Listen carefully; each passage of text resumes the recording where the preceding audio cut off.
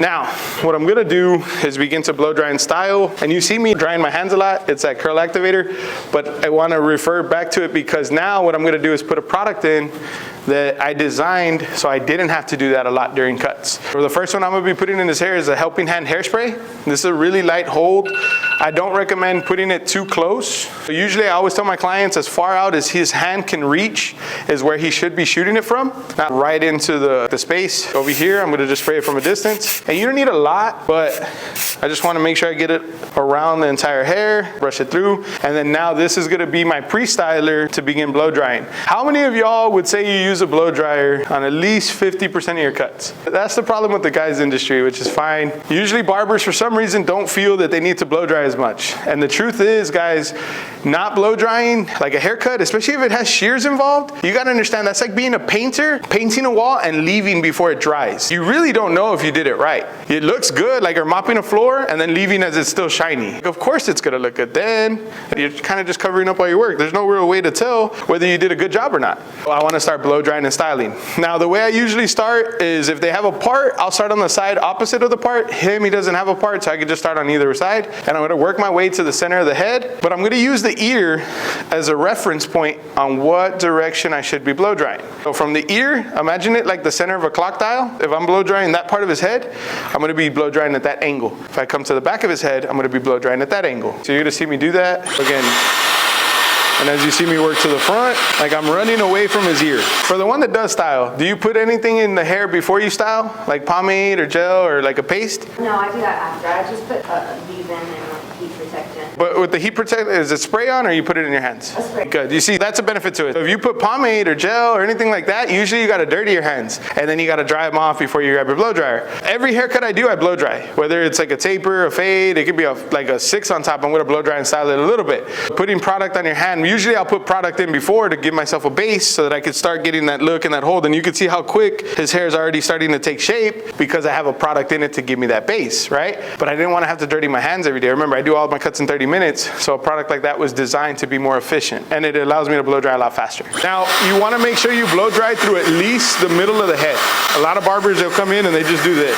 The few barbers that blow dry, clearly nobody in here said they blow dry, but the few barbers that do, they just do this. You want to go through the head. You want to make sure you get that center dry as well, because if not, it's going to mess up the style as it begins to dry in its natural shape. So you see how now you get to see the work that I put in earlier, the shape, the control of that Spartan helmet working into the natural bone of the occipital in the back, how it takes shape with it rather than you see the bump and then you see the rest of the haircut, right? That's why you want to learn how to work with natural shapes of the head.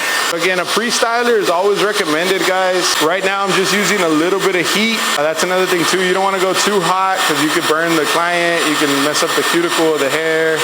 There's a lot of stuff that you got to be careful about when you are using a blow dryer. I try to go on the lowest heat available, but now you can start to see the hair really begin to take shape. And again, the hairspray is what helps me build that. And then what it does for me is it allows me to continue cutting his hair. Because if you see, as I'm running my comb through his hair, there's not a lot of kickback. It's not like a real stronghold, which is why I told you it's more of a light spray just to give you a base to build on. It's funny though, because I'll do cuts like this at the shop and they'll walk in and be like, oh, I want a haircut like that guy. And they're like, this guy? He hasn't even got a haircut yet.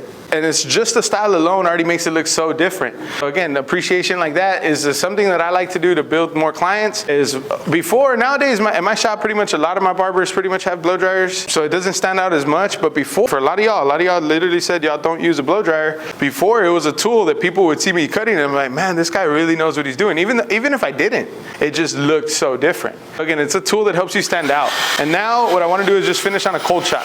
So the cold shots just let me hold it in a little longer where I don't got to worry about burning them, and I could really try to pull out all the last little bit of moisture in the hair. And right now you don't got to get it completely out. Like a really good blow dry guy should probably take about 20 minutes, like a solid blow dry where there's no moisture left in the hair. Now that would obviously be like a little bit of an overkill if you're trying to do fades all day and everything like that. Don't get me wrong, but I'm gonna just dry it enough so that it'll hopefully hold this shape for the remainder of the cut before I put any product in it. Because once I put product in it, then we'll really get to see how the haircut comes out.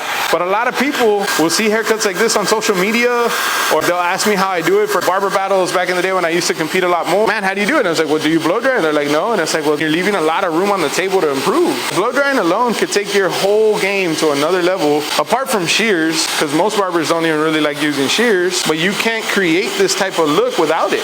If I had just started blow drying his hair as soon as he walked in with the haircut the previous barber had given him, it wouldn't look like this. I think some people think you could just gel and blow dry everything right into place. No, it needs to have structure, it needs to have design and control, and that's what I did right here.